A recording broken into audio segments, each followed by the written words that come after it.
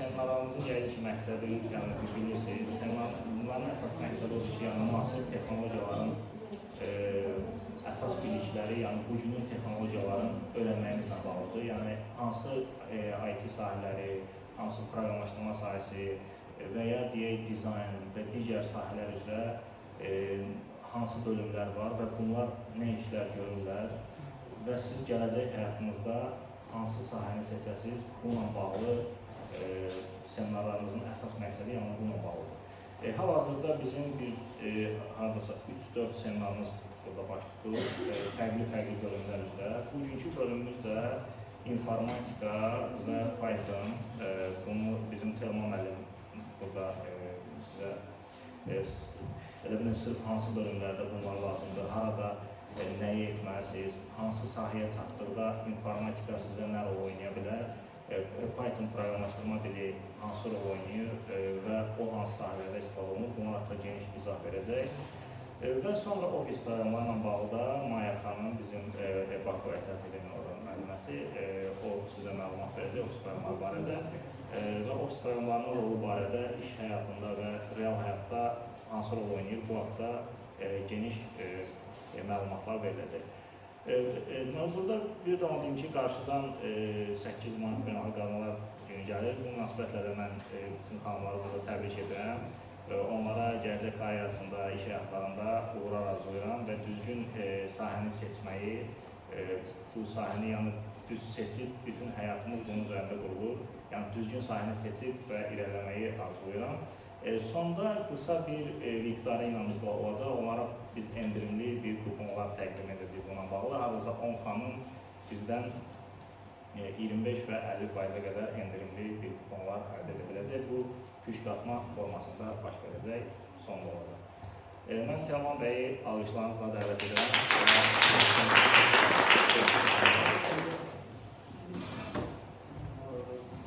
Estafeti mənə verdiyiniz için təşəkkür edirəm.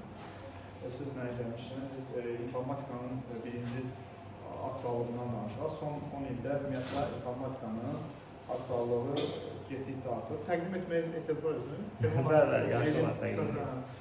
Telman Abdullah,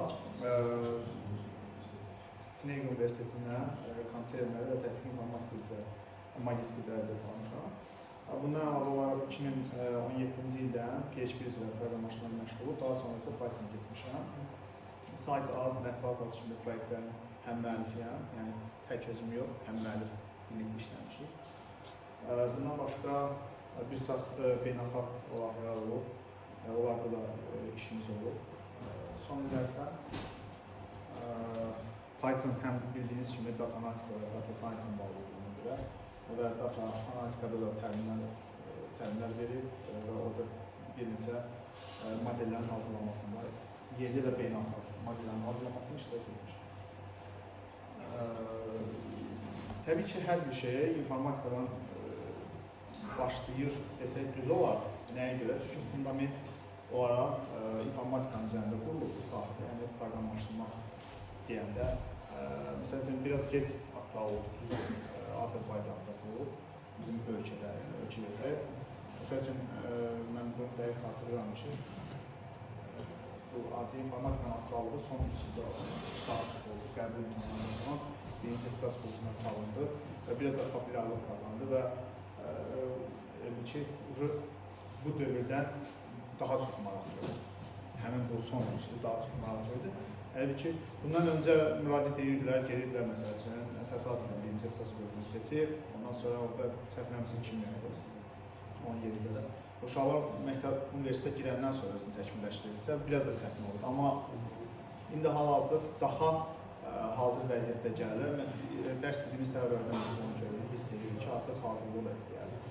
Və burada önəmli olan nədir? Mən sırf Python üzərində dayanacağım birazdan. Ona görə informatikaya çox müəyyən qədər fokuslamaq istəyirəm ki, onun rolundan danışım. Burada suallar çox olur. Deyirlər ki, informatika Python arasına əlaqə nə dərəcədə güclüdür?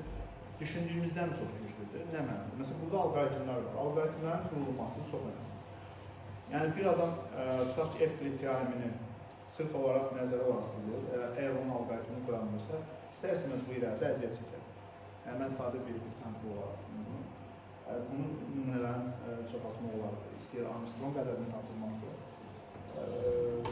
və bir sıra məsələlər artırmaq olar. Və alqoritm formalaşandan sonra demək olar ki, bəzi insanlar səbirsiz olur proqramlaşdırma öyrənərkən, məsələn Python öyrənərkən. Niyə biz Python üzərində daha çox fokuslanırıq? Çünki proqramlaşdırma bilikləri deyəndə hamı daha çox Pythona fokuslanır ona görə ki, sintaksi rahat. Və sintaksin rahatlığı onu son deyərdim ki, 5-10 il artıq əhatə edir bunu ki, dünyada onun populyarlığını artırıb. Azərbaycan bazarına da biz baxsaq, çünki hər kəs əgər proqramlaşma deyirsə, təbii ki, seçim edirkən onun üçün maraqlı olmalı ki, mən niyə Python seçməliyəm? Düzdür, Azərbaycanda IT sektoru biraz fərqlidir. Mən proqramlaşdırma istiqamətini deyirəm. Bank sektorunu götürək, sığorta şirkətlərini götürək. Bunlarda Java proqramlaşdırma təbii ki, öz populyarlığını qoruyub saxlayır. Yəni, bunu yox demək olmaz. Bu bir reallıqdır. Amma Python populyarlığına görə demək olar ki, Java-da C dilindən sonra 3-cü yerdə dayanır Azərbaycanda.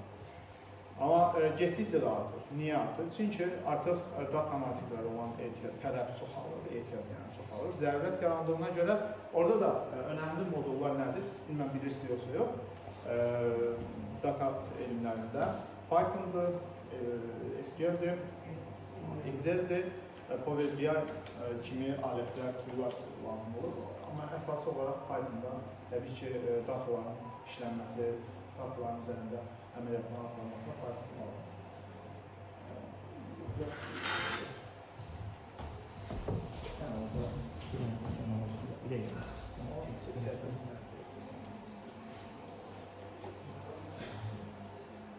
Mən daha rahat olsun, slide-ların üzərində fikrimi izah etməyə çalışacağım. Təbii ki, nə suallarınız olarsa, cavablandırmaqdan məmnun qalım.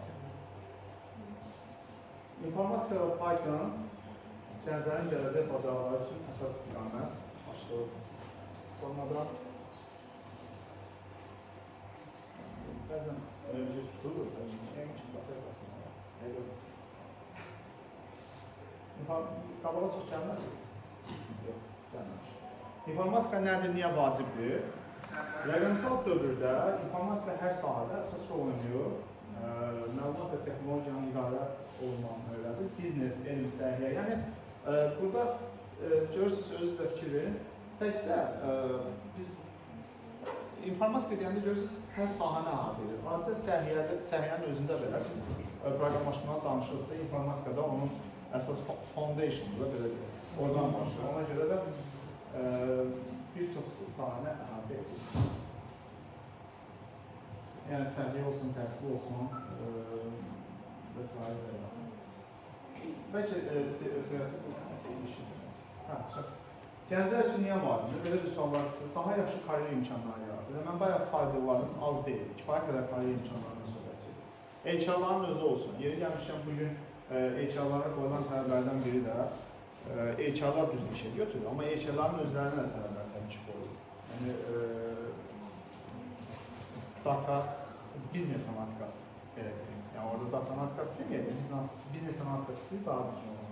Problem həll etmə və məntiqi düşüncə bazarlarını inkişaf etdirir. Sürətlə böyüyən texnologiya sektorunda yer tapmaq üçün vacibdir və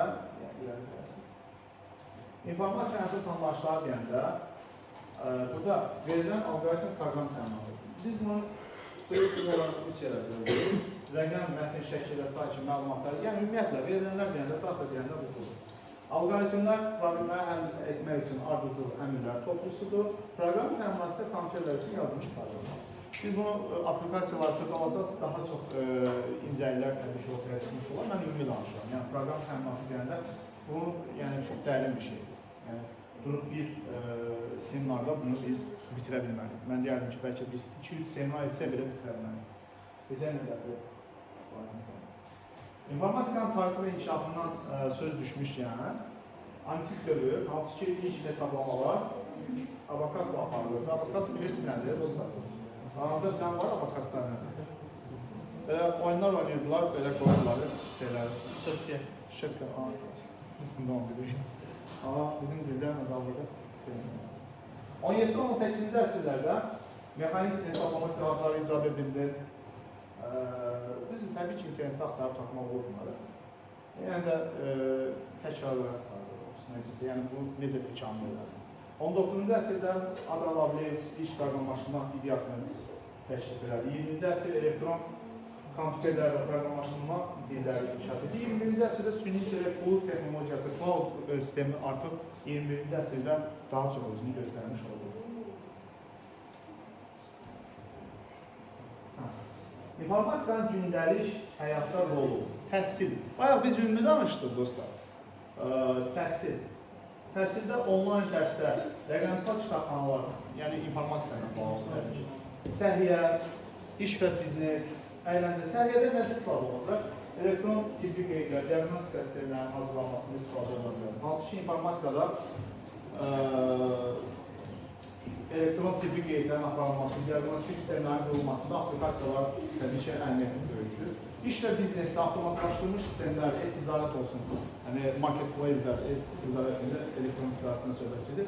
Əyləncə sektorunda video oyunlar, sosial media, musiqi və film platformaları söhbət edə bilərik. Bundan başqa Python nədir? Python proqramlaşma dili, yəqin ki, bir çoxumuza artıq tanışdır. 1991-ci ildə bu video Roland Wilson tərəfindən yaradılır. Belə bir sual vermək istəyəm sizə. Bu video haqqında məlumatınız var mı ümumiyyətlə? Hara olduğu haqqında? Bəlkə də kimsə bir browse edib internetdə. Hollandiya. O bu dili ABC proqramlaşma dilinin bəzi çatışmazlıqlardan qaldırmaqda daha oxunaqlı, elə məqsədi olub onun. Və istifadəsi rahat bir dil yaratmaq üçün inkişaf edildir. Süni intellekt matematikası, avtomatlaşdırma daha çox sadə istifadə edilir. Yəni, görürsünüz ki, Google, NASA, Netflix, Instagram kimi dəhəllər tərəfindən istifadə olunur. Yəni, bu onun populyarlığını biraz daha artırır.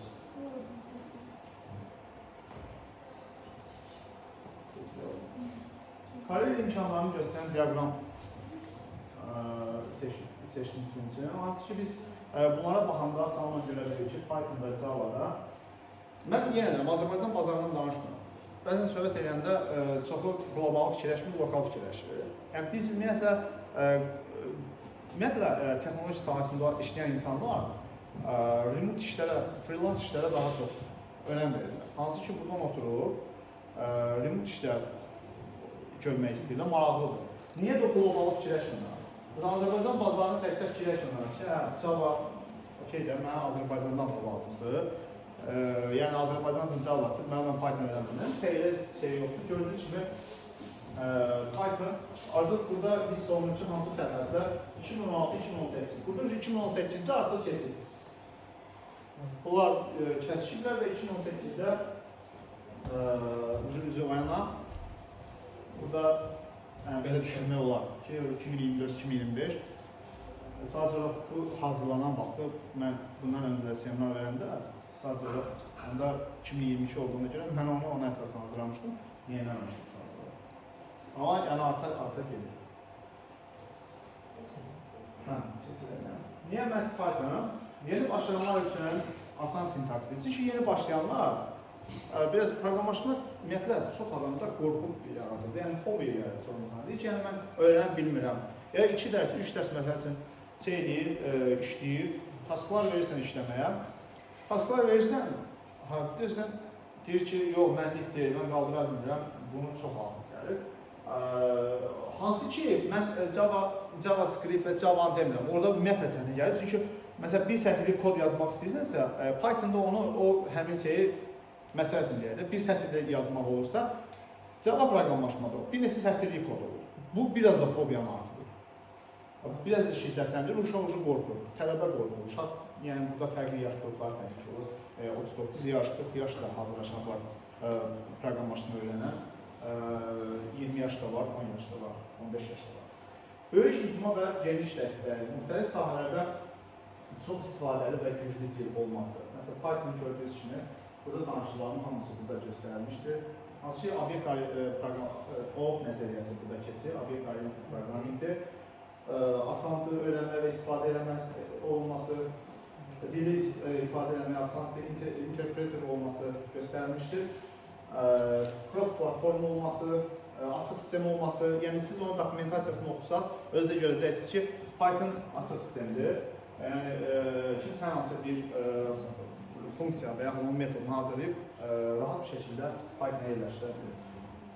Və large standard library, yəni geniş istifadə olunan kitabxanası var. GUI, bilməm, biləyiniz var yoxsa yoxdur aranızda. GUI nə deməkdir? Hansı ki, aplikasiyalar var, kompüterdə biz istifadə edirik. Yəni, web deyil də, kompüterə indiririk. Onları GUI ilə hazırlayırlar. Hansı ki, Slack. Bilməm, bilirsiniz, eşitiniz yoxsa yox. Slack, bəli, məşhurdur. Məsələn, Slack-a girilər, materiallar olaraq paylaşırlar. Düzdür, o free variantı da var, paid variantı da var. Biraz irəli səviyyədə çox istifadə etmək istəyirsənsə, imkanlar sənə geniş verirsə, təbii ki, paid version'ın istifadə edilməlisən, yəni pul ödəməlisən. Ya da ki, bildiyim qədərlə bir aylıq serveri, ondan sonra belə. Ondan sonra yer gəlmişkən çox şey, məsələn, biz deyə bilərik, hansı ki, Discord'un özündə yükləyə bilirik, hansı ki, hesab olmaq desktop. Python hansı sahələrdə istifadə edilir? Süni intellekt maşın öyrənmə, yəni machine learning, ML, data analitikada böyük məlumatlar, big data işləməsində, web inkişafı. Hansı ki, bir çox proqramlaşma dillərində siz PHP-də Laravel məşhurdur. Yəni siz Azərbaycan bazarında PHP ilə məşğul olan insanlar yenə var. Məsəl üçün, proyekt yazanda frameworkləri Laravel'də yazır. Amma bu Python'da isə Django ilə Flask'dır. Sadəcə olaraq Flask'da daha kiçik tətbiqlər yazmağa imkan verir, amma Django isə daha böyük imkanları var. Yəni, Django'nun dokumentasiyasını tanış olanlar varsa, olmayanlar varsa, o açıb oxuya bilərlər. Görəcəklər ki, həqiqətən çox funksional bir framework hesabı. Robotexnika və avtomatlaşdırmalı istifadə edilir. Yer gəlmişkən robotexnika bu arada çox inkişaf edib. Bir çox kurslar məsələn robotexnikanın dərslər verir, həmlər verir və durmadan inkişaf edir. Dronun hazırlanmasını götürək. Məsələn, bu müharibələr baş verir ölkələrdən. Hansı ki, dronu olan maraq günü-gündən artır və dronun da əsas hissəsi robotexnika, robotexnikada da Python. Demək olar, C, Python daha çox istifadə olunur.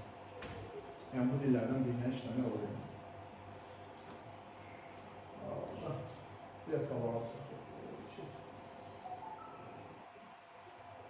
Yəni, burada data science məlumat alimləri, süni intellekt mühəndisi, kiber təhlükəsizlik eksperti, web mobil tətbiq tərəfəsi. Ümumiyyətlə, gələcəyin peşələrin araşdırılanda, əsasən bu IT-dən mən söhbət edirəm, IT sektorunda bu 4 istiqamət daha çox populyarlıq predikt olunur.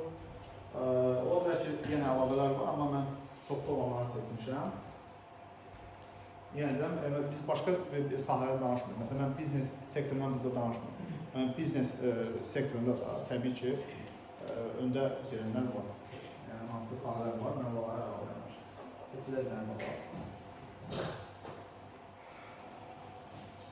Çox sürətlə inkişaf edir. 2025-2030-da gözlənilir.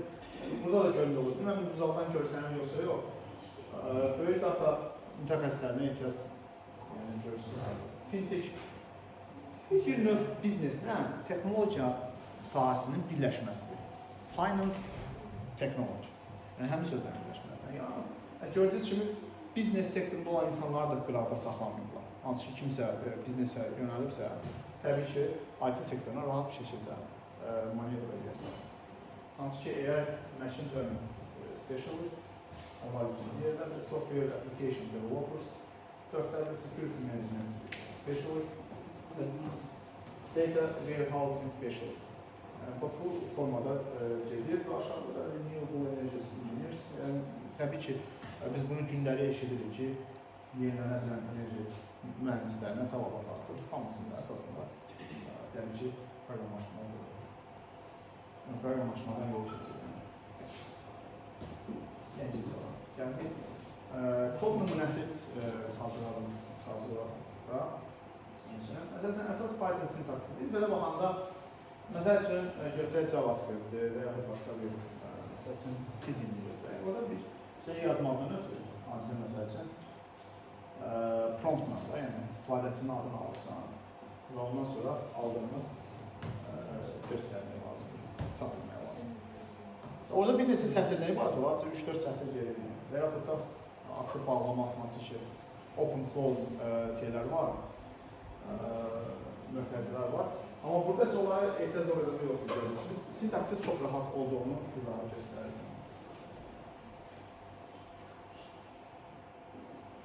Və yaxud digər bir kod nümunəsində göstərilir. Məsələn, ədədlərin toplanması ilə bağlı. Görün, necə rahat. Aciz istifadəsindən ədədi alır, ədədin birini və ədədin ikincisini istəyir. Ondan sonra toplayır. Halbuki biz bu prosesi başqa bir proqramlaşma dilində, məsələn, mən başqa proqramlaşma dilini istəmirəm. Sadəcə olaraq ilk öyrənənlərdən, ilk öyrənən insanlar üçün Python daha rahat gəlir və onları motivasiyadan salmır, demotive eləmir və onlar daha belə deyək, özlərini güvənli şəkildə addımlayıb daha çətin proqramlaşma dilinə öyrənir. Kariyer imkanları bu insanların çoxunun həvəslənir təbii ki. Deyir ki, mən proqramına keçsəm, uzaqdan iş görə biləcəm, remote job opportunities var burada. Global bazarda yüksək maaşlı işlər var, təbii ki var. Amma oraya gəlib çatana qədər də bir şeyləri, təbii bir şeylərdən keçmək lazım. Bəli bir özünə əziyyət etməyə qazanmalısın. Freelance və ya startup qurmaq. Yəni, əsasən Azərbaycanda da bu son zamanlarda mən müşahidə edirəm, çox inkişaf edir. Tim şəklində yorulurlar. Məsələn, bir proyekt olur, bir startup olur. O startupın belə deyək də, inkişaf elətdirməkdən ötürü front-end olur, UI, UX developer olur, back-end təbii ki olur, dəvət alırlar, DevOps işlə girir, sonra product management, hal-hazırda product managementdən işləri də çoxalıb bununla bağlı. Niyə? Çünki IT sektorunda, nə qədər startuplar çoxalanda product managementləri bir növ üzərinə düşən işin yüklə daha çox artmış olur. Olan gördüyü iş olur. Product ownerlar da var, təbii ki, onlar daha çox məsuliyyət daşır. Daha çox hansı işi görür? Product management ortaya qoyduğu məsələn hər hansı bir startupdırsa, onu sıfırdan elə ki iş başlanğıc nöqtədən son yetişmiş nöqtəyə qədər, məhsul hazır olana qədər izləyir o prosesi, track izləyir. Həmin onun trackini neyini izləyə bilir, monitor edir. Və təbii ki, onlarla görüşür, ki mütəxəssislərlə görüşür, məsələn front-endi görüşür, sənin işində problem var və yaxud API-lərin yazılmasından bağlı məsələn back-enddə hansı bir şeylər varsa, deyir ki, sən işi sürətləndirməlisən, bax belə. Və yaxud hətta UI UX-ə də sözünü keçsə bilir, deyir ki, bizim belə interfeys daha maraqlı olur. Yəni bir növ İşi idarə edir. necə? İşi startupı idarə edir. İdarə edir. Bunlar hamısı ayrı-ayrılıqda bir yerdədirlər və onları bir araya gətirməkdən ki, mən deyərdim ki, product management işi görür. Global bazarda da tələb çoxdur. Azərbaycan bazarında da product managementdə işinin artmasına səbəb startupların çoxalmasıdır. Həmin bu proyektlərin çoxalması. Average salary per country ölkələr olaraq orta əmək bu da təbii ki, salary illik gəlirləri göstərmişdir. Və burada biz baxsaq, beğensi yazdıqlar, olar. Məsələn, bəzən mənə sual verirlər ki, Estoniya bu arada buralarda olmalı. Batmayaraq ki, Sovetdən ayrılmış ölkələrdən olub, amma Estoniya startupları öz yerində yığdığına görə, öz ölkəsindən cəmlədiyinə görə. Bu gün Estoniyanın inkişafına demək olar ki, həmin startuplar IT sektoru çox kökəndir. Yəni, onların büdcəsinin inkişaf etməsində mən deyərdim ki, bəli. Burada da görülür olur. ABŞ və Kanada, Avrupa bir görüşləri. Bundan sonra rəqəmsal dövrdə kodlaşdırmanın rolu 21-ci əsrin savadıdır, istənilən sahədə faydalıdır, Python ümumiyyətlə kreativ düşüncəni və innovasiyanı eləyir, artırır. İnnovasiyanı artırır. Keçək olur. Burada da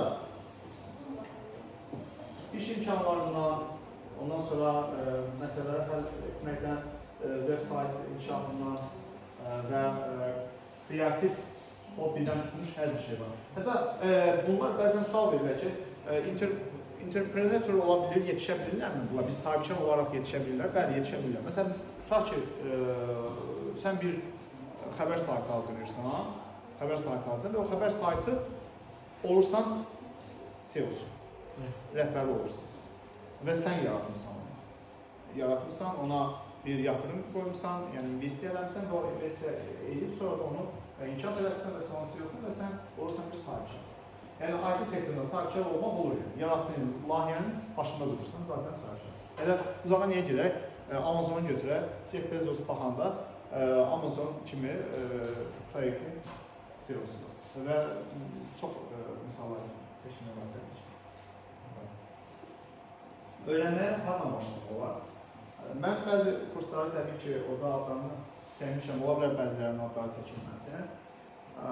Başa düşürəm, Coursera tam o imkanı verə bilməyəcək. Çünki bu elə bir sahədir ki, burada YouTube-dan və Udemy-dən götürülən dərslər kifayət eləmir. Praktika təbii ki, önəmlidir və real bir layihədə gedib iştirak eləmək çox önəmlidir ki, yəni işin incəliyini bilirsən ki, yəni ən sadədə, məsələn, API-lər necə yazılır, bu sayt necə ərsəyə yarar, onun içərisində onu hiss edirsən.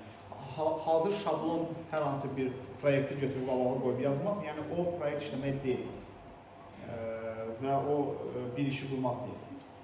İşi tim şəklində qurursan və digər yoldaşlarında nə işlər gördüyünü hiss edirsən. Məsələn, bu işi görəndə, ortaya çıxardığında iş tam ortaya çıxıbsa, hiss edirsən ki, o nə iş görüb, sən nə iş görürsən, digər dostun nə iş görüb, yəni tim şəklində işlərində qalmalı olur. Açıq mənbəli, orada bir şey qalmamış. Açıq mənbəli resurslar təzədir. Bootcamp workshoplar, zaten mən burada qeyd etmişəm. Bootcamplara qatılmaq olmaz, workshoplara qatılmaq olmaz, seminarlara qatılmaq olmaz. Hər hansı bir işin ucu gördüyü, yəni ölkədə və ölkə xaricində, yəni qlobal bazada fərq yoxdur. Qoşulub, həmin webinarda nəsə götürmək olar. Ola bilər ki, orada daha maraqlı bir şey sizin diqqətinizi çəksin. Hansı ki, o yeniliyi siz ölkəyə gətirə bilərsiniz. Product managementi ilk gətirən budur. Zaten. Yəni, ixtisas olaraq kəşf olunub və deyirlər ki, belə bir şey, oturubla fikirləşirlər ki, belə bir şey ehtiyac varmı? Var, niyə yoxdur? Product managementi lazımdır. Lazımdır, bax ya. O zaman biz digərləri ölkədə onu tətbiq edirik. Ölkələr götürüb, onun nümunələri, neyliklər istifadə edirik.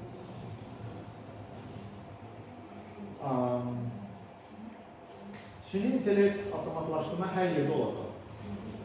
Yəni, süni intellektsiz ya gərək bunun qarşısını almaq üçün qadağalar qoysunlar.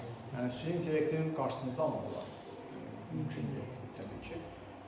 Yəni, cinayət işi dövlət səviyyəsində, qlobal səviyyədə ki, yəni süni intellekt alətlərini istifadə edilmək olmaz. Bu da birbaşa insanlarla təbii ki, təhqirdir, yəni sən mənim biliyimi istifadə etməyə imkan vermirsən. Avtomatlaşma zaten var, onun əsasında olsa ya birincisi. Rəqəmsal bacarıqlar ən son tələb olunan bacarıqlara çevrilir, digital bacarıqlar hər dəfə işimiz hər yerdir. Məsələn, İKT bacarıqlardır, məktəblərdən belə inkişaf edir. Məsələn, bir müddət əvvəl belə düşünək, sistem var idi, tədris olunur, matematiklər. Nə qədər belə baxanda 10 il bundan qabağa götürəndə indiki şagirdlərin olan aslında fərqli, onların düşünmə tərzləri, onların məsələn istəyən. Science Technology Engineering Maths məsələn, biraz da onun arasında bir dənə artıq var. Texnologiya var, insana hər bir şey bir araya gəlir. Robotexnika artıq toxunur uşaq, hiss edilir. Teoriyadan çox biraz praktik edəcəksin. Python bilməklə, Ən çox praktika. ən çox praktika bəli. Bəli, praktika lazım. Aha, bir dənə keçək oyuna. İndi o bəlkə mənə deyəsiniz ki, bəs Steve Jobs proqramçı deyil. Yəni, siz bunu niyə göstərirsiniz? Amma Steve Jobs'un proqramlaşdırma sahəsində, digital marketing sahəsində adam. Marketolog olub, amma güclü marketolog olub və Apple üçün gördüyü işdə, yəni texnologiya üçün gördüyü işdə təbii ki, sözdən bitmir. demək, belə çıxır ki, texnologiyaya verdiyi, qatdığı bir qatqı olur. Düzdürmü? Və belə çıxır ki, texnologiyanın bir parçası sağlam. O olar mı? Nasıl market olur? Və everyone should know how to program a computer because it teaches you how to think. Yəni, bunsuz mümkün deyil. Yəni, kompüterin nə qədər vacib olduğunu artıq ifadə edib alır. Bizə o günə. Onun çünki öz dilimizdə biz tərcüməyində biraz mənası çıxıb ya, elə ingilis dilində olaraq saxladıq onu ki, çevirsək mənası çox pis. Bizdə ümumiyyətlə Top Construction Technology Trends for 2025. Hansı ki, burada Advancement BIM. Bilən var ümumiyyətlə BIM-dən nə? Eşdən var. Mən də bunlardan nəyəsə tanıyan var, hansısa sahələr. 3D printingi bilməyən olmaz. İnanmıram, artıq. Virtual reallıq haqqında məlumatı olmayan olmaz. Virtual reallıq. Bəli. Digital əkizlər haqqında məlumat var, yoxsa yox? Hansı ki, kiber təhlükəsizlik istifadə digital əkizlər. Hansı ki, automation, robotics, bu haqqında məlumatımız var. Data integration for big fleets. Düzdür, burada məsələn, carbon estimating technology, yəni ki, karbon texnologiyasını nə deməkdir? Reduce eləməkdir, azaltmağa doğru hesablanmış məsələdir. Bir də əsasən burada bizim üzərində çox maraqlılığımız məsələ nədir? Cloud əsaslı, yəni bulut texnologiyalı texnologiyalar, düzəldilmiş texnologiyalar, konstrukt olunmuş texnologiyalar. Motivasiya uğur hekayələrinə gələndə Bill Gates'in də təbii ki verdiyi qatqı böyük olub. Adam yəni Windows əməliyyat sistemində Microsoft'un CEO'su olaraq o öz yerini. Amma gördüyü işləri təbii ki yəni saymaqla bitmir. Saymaqla bitmir. Və bilməm, məlumatınız var idi, yoxsa yox idi? TikTok haqqında. TikTok.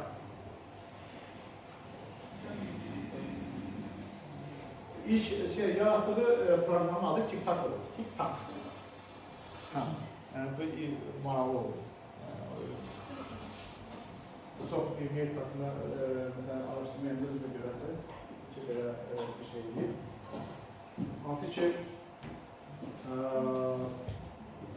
richest adamların içərisində yer almış adamdır. Bunda yəni yaratdığı sistem Microsoft'un CEO'su olaraq həm uğur hekayəsi var, yəni danışıqsa bitmir bunun haqqında. Keçidə o birisi var da, ödəsin. Mark Zuckerberg'də artıq haqqında məlumatımız var. Və şəkilləri yaxşı düşmür, tanımaya bilərsiniz.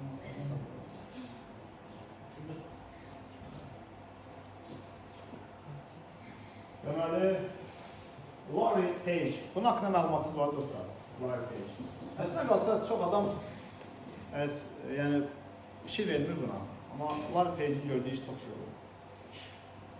Deməli, hansı ki məşhur axtarış sistemi, search engine deyildi. Biz bugün nədə axtardıq? Belə deyil, eğer bu sistemi çox yaxşı bilənlərin Yandex əməliyyat sisteminin üstüdür. Ya da ki, globalda nədir? Google'dur, üstüdür. Yəni, bizim istifadə edədiyimiz Google'un nəyidir bu? Foundation. Found edəni. Kimdir bu? Larry Page. Yəni, tanımaq yaxşı olar aslında. Yəni, digər işləri də var təbii ki. Yəni, əsas adını yazdır o işin. Təcrübə və praktik önemlidir. Teoriyadan çox praktik eləməlisən. Kod yazdıqca eləməyə asanlaşır. 1 saat Python'la məşğul olmaq kifayətdir gündəlik. Əslən qalsa, 1 saatı dəyişmək lazımdır. Yəni, gündəlik 1 saat. Əgər Python, ümumiyyətlə istənilən proqramlaşmadır. Fərqi yoxdur. Python olmasın, başqa bir proqramlaşmadır olsun. Yəni, fərqi yoxdur. Yəni. 1 saat azdır. Mənim fikrimi soruşursa, 1 saat azdır. Təbii ki, adamla adama dəyişir, insanla insana dəyişir, amma yenə də 1 saat ileri səviyyədə ola bilər. Məncə vaxt baxımından 1 saat. Hə. İlk başda 1 saat azdır. Çünki onun hansı ki, alqoritm nümunələrinin qurulması və kifayət qədər vaxtlar alır. Sıfırdan başlayan üçün Məncə 1 saat. İndi son texnologiyalara görə, məsələn, süni intellektlər inkişaf edib deyə, ChatGPT məsələsi işimi gördürürsən. Məsələn, bir vaxtlar kalkulyator qadağı olub, sonra kalkulyator normaldır. Kimsə kalkulyator istifadə etsə, kimsə deyə bilər, sən kalkulyatorda bu əməliyyatını icra edirsən. Yox. Süni intellekt də bir növ əslində qalsa belədir. ChatGPT məsələn, hər hansı bir şey tapırsansa, kimsə əlaqə edirsə, artıq bir müddət sonra ona əlaqə edirlər ki, sən niyə kimsə qınayırsan ki, nəsə süni intellekt axtarıb tapmaq. Adam vaxtına qənaət edir.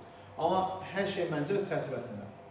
Və beyni də işlətmək təbii ki, lazımdır. Çünki elə bir layihələr olacaq ki, o layihələrdə sırf sənin yerində süni intellekti düşünmək düzgündür.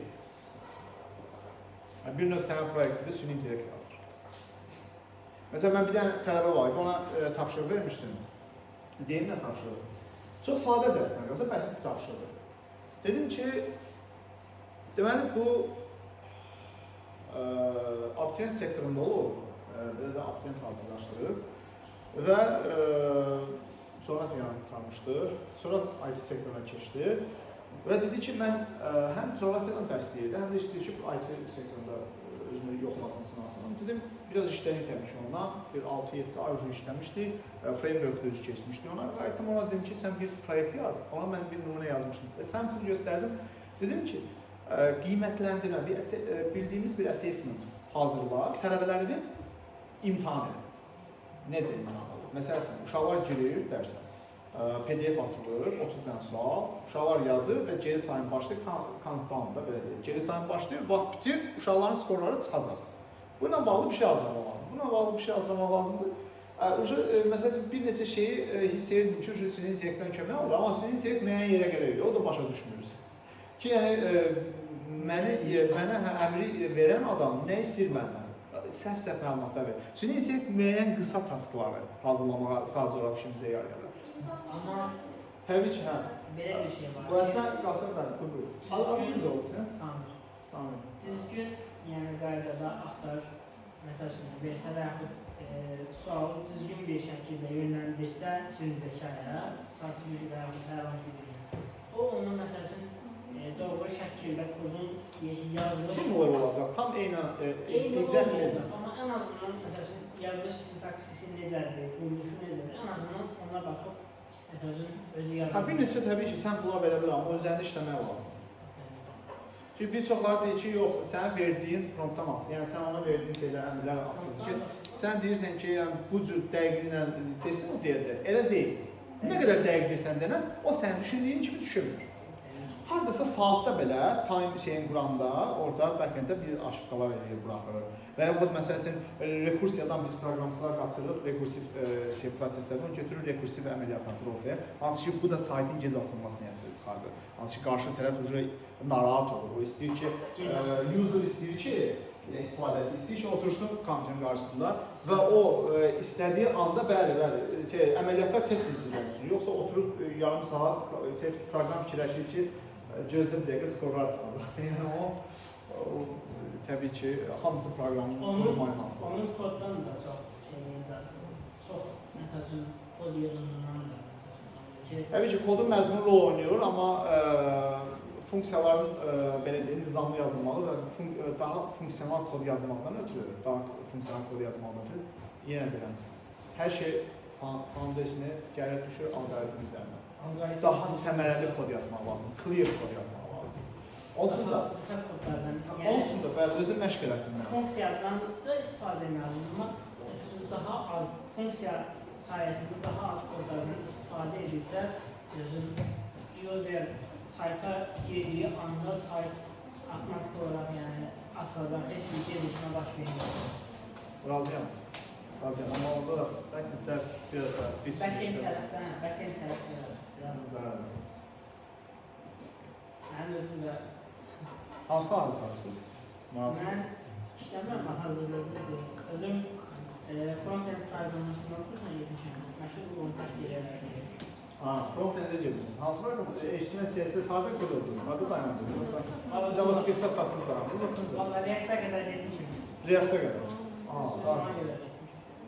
React-a bir proyekt yazdınız? React-a bəli, müəllimin verdiyi tapşırıqlar var idi. Yəni keçək o birini.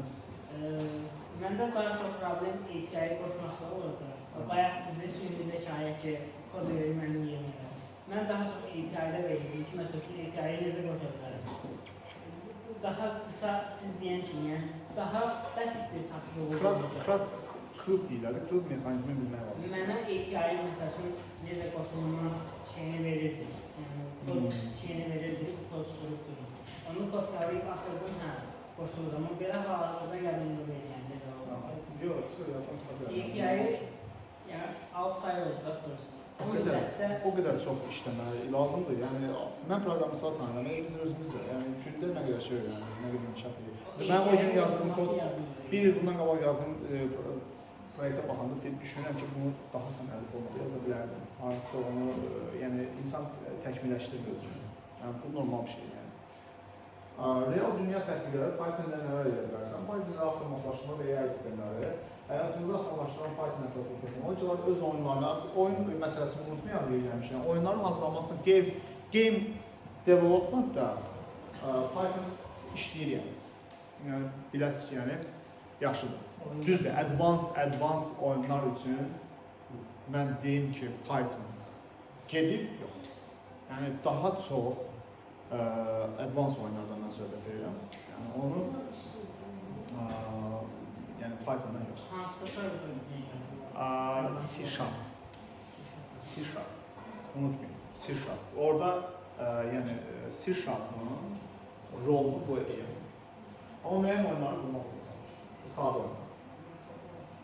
Məktəbində oxuyanda müəllimin necə C# keçirdi. O da ancaq konsol ekranını keçdi. 2 semestr onun soyadım C#. C#'ın korunu keçir sizə. Framework-ünün net hissəsini keçmir. Onun da framework-ü var. Bilirəm, amma bizə sadəcə konsol ekranını, yəni konsol ekranı deyil də daha çox yəni Windows əks yaratmaq üçün olan hissəni keçir. 2025 üçün eğer bir də automation üçün trendlər nədir Python trendləri? Görün nədir? Keçidək oxuyun səhvə. Hansı ki Generative AI, Redefining Automation and I/O. Hansı ki Internet of Things'dir I/O. Yəni bunu da deyərdim ki, tərəddüd çoxdur. Məsələn, adicə ağıllı, belə deyək də, proyektləri yazarkən I/O-dan istifadə olunur. Özə demək olar ki, çox tərəddüd var bu sahəyə I/O-da. Bunlar birlikdə işləyir. Yəni proqram Python-da birlikdə işləyir. Yəni proqramlaşma orada rol oynayır. Generativ süni intellekt avtomatlaşma və YOT sahəsində ön plana çıxar. Sənayüz yeni imkanlar açır. Açıq və Python, High Interface Transformers, LangChain kimi çərçivələrlə birlikdə insana bənzər mətnlər yaradan, məzmun yaradılmasını avtomatlaşdıran və fərdləşdirən, gücləndirən süni intellekt modellərinin qurulmasını imkanlar.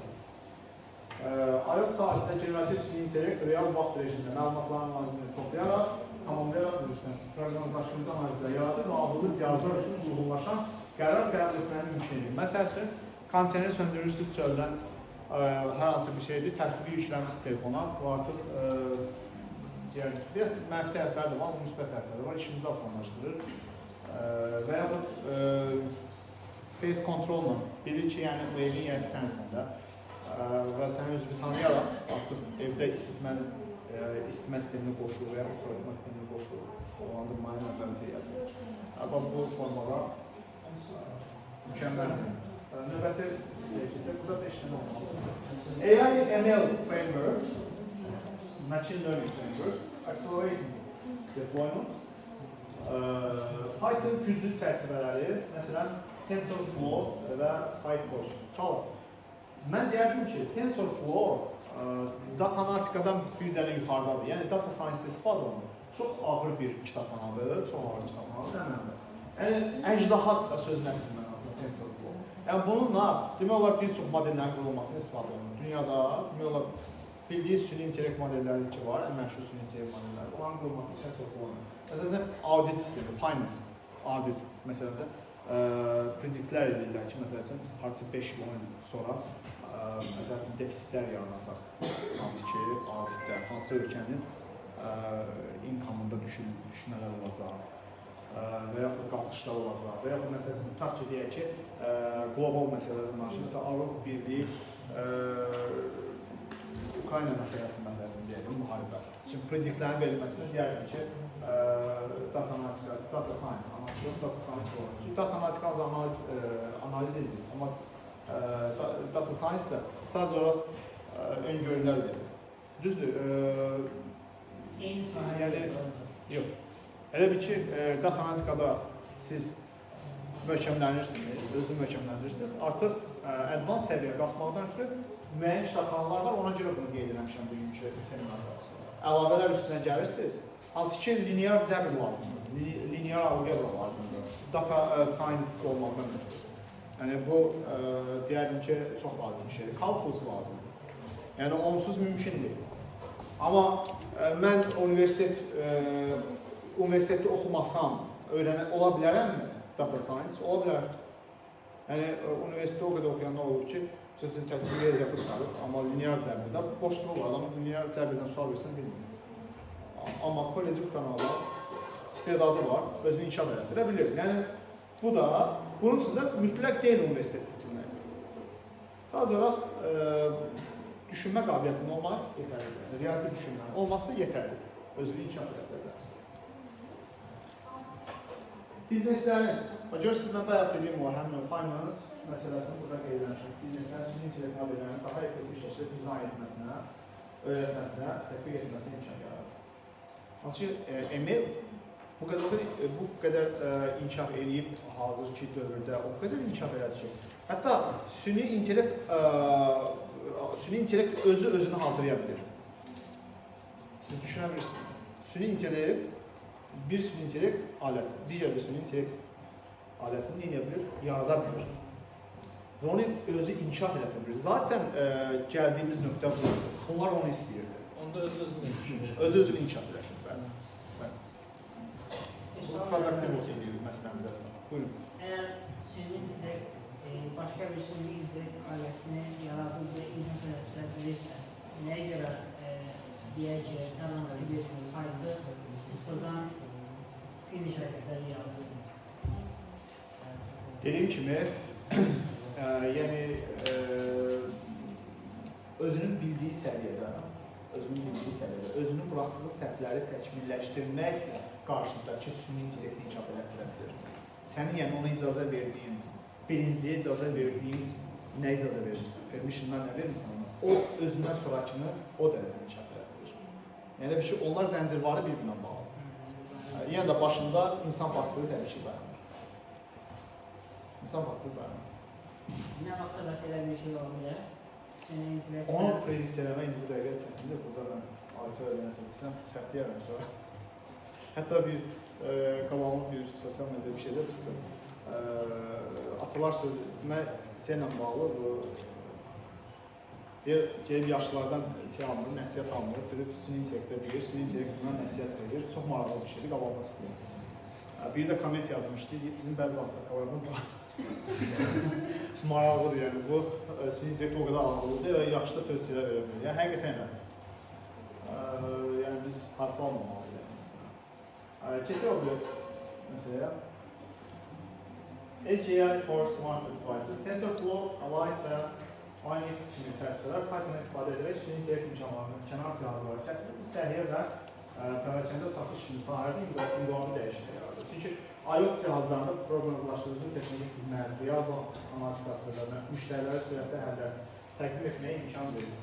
Yəni də görürsünüz ki, o TensorFlow həmin o ehtimalları düzgün edir, ölçür ki, prediktləri ehtimalları o qədər şeydir ki, səhv çıxma ehtimalı olmasın. Məsələn, adicə deyək ki, bu sizin istehsal edici avtomobillərə baxaq. Siz düşünə bilirsiniz ki, adamlar elə bir avtomobil izah edirlər. Yəni, mən onların dəmir hissəsinə toxunmuram. Dəmir hissəsindən danışmıram. Yəni, o zəifdir. Okay. Amma bunların texnologiyası o qədər inkişaf edir ki, artıq şeyləri belə müəyyən edə bilir ki, sən yaxınlaşsan, həssaslığı bilir və qarşıdakı insana görə saxlayır, hətta özünü belə riskə atmağı bacarır. Yəni, bir növ inteqrasiya edilərsiniz. Keçək sonra code and workflow automation. Python, Docker, Kubernetes. Method Docker yəni çox yaxşı bir aplikasiyadır. Məsələn, Docker'da mən axırıncı zaman istifadə etmişəm. Mən onu xatırlıyorum ki, məndə endirmək istəyirdim Office proqramlarını Mac-dən. Yəni, mən Docker'ı üst tutdum. Yəni, mən peşman eləmədim.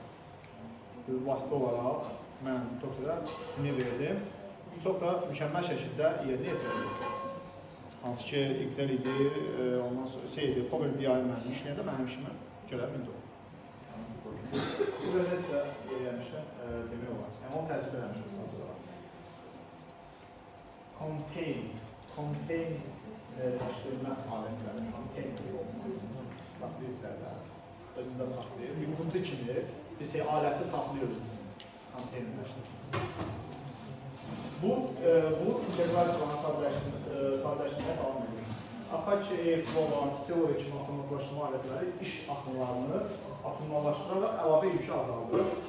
Mənim sadəcə işimi azaltmışdır. Yəni, burada da mənim izah etmişdir. Həm produktivliyi artırır, yəni səmərliyi artırır. Maraqlı şey.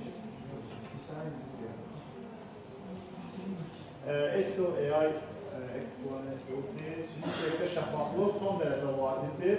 Python şablonları izah edilən süni intellekt modellərinin inkişafını asanlaşdırır, etik məsələləri həll edir və etimadı artırır. Ethical orada rol oynuyor. Yeri gəlmişən kiber təhlükəsizliyi də ethical çox önəmli bir şeydir. Generativ süni intellektin istifadəsini artdıqca, generativ yəni özü-özünü generate edir. Generate sözündən götürür. Yəni, özü gelişdirir, özü istehsal edir bilmir. Generate edir. Bu alətlər ədalətliliyi təmin edir, yeni yaranan qaydalara uyğunluğu qoruyur. Sonda məncə bir şey qalmıyor burada. Ən sonunda təşəkkürlər və sualınız varsa soruşun. Biraz cloud texnologiyasına toxundum axırda. O bile biraz dərindən getdi, amma bu sahə elə bir sahədir ki, yəni burada ümumi, yəni girib ancaq nə danışa bilərik? Deyəcəyik ki, sizə ki, yəni Python burada istifadə olunur, istər-istəməz nümunələr seçməliyik sizin üçün, amma nümunələr də seçilir, biraz dərin hissəsində gedəcək. Oldu, təşəkkür edirəm diqqətiniz üçün.